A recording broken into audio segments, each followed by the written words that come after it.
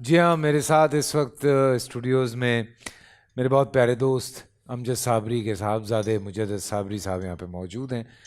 आज मुजद्दद को यहाँ बुलाने की वजह 16वां रोज़ा और यही वो वक्त था जब अमजद एक चैनल पे ऑन एयर थे और हमने उनको देखा सहरी की ट्रांसमिशन में और उनको सुन के सहरी करके सो गए और जब उठे तो खबर ही हम तक पहुंची कि अमजद इस दुनिया में नहीं रहे। मैं समझा शायद कोई मजाक कर रहा है और इस बात को मानते मानते काफ़ी देर लगी और जब यकीन हुआ तो हम घर पहुंचे और पता चला कि वो वाकई हमें छोड़ के चला गया और किस तरह गया वो आप सबके सामने है। 7 साल अमजद को हमसे जुदा हुए हो चुके हैं। आज भी उसकी बहुत सारी यादें, बहुत सारी बातें दिल में हैं।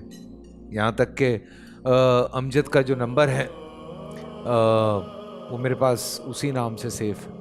मैंने उसको मुजद्दद के नाम पे कन्वर्ट नहीं किया और मुझे बहुत सारी यादें हैं। मैं उस वक्त मॉर्निंग शो करता था एक चैनल पे और वहाँ से बहुत करीब था अमजद का घर।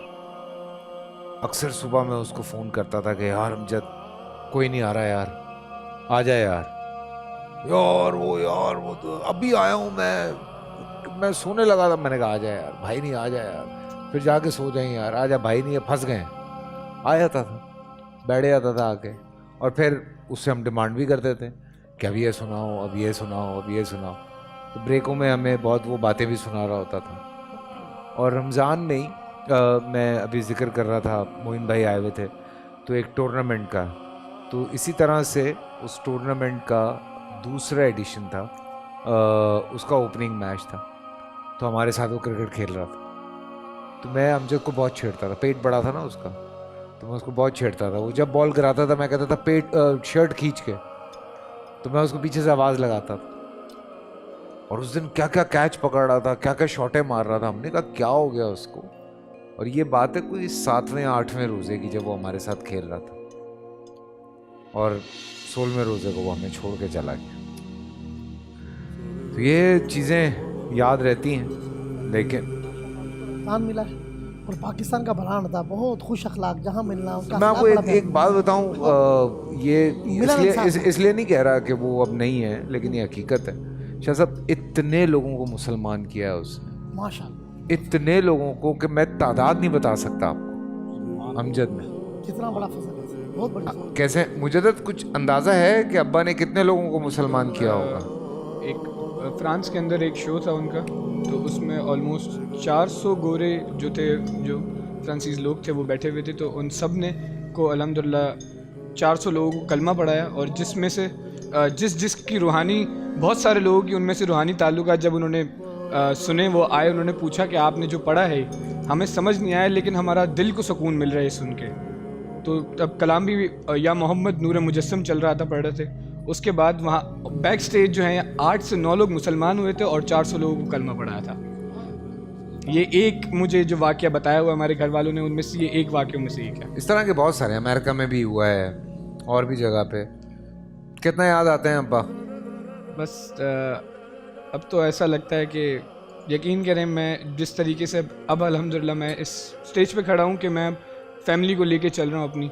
और अब मुझे एक ऐसा होता है कि यार अभी इस टाइम पे डैडी को होना चाहिए था, हाँ, अब्बा को उस टाइम पे होना चाहिए था। और मुझे ऐसी फीलिंग आती है कि अभी हम बड़े हो गए थे ना, तो अब हम लोग मिल के साथ कुछ, मैं उनके साथ चल रहा होता और वो मुझे सिखाते, मुझे सीखने का मौका मिलता।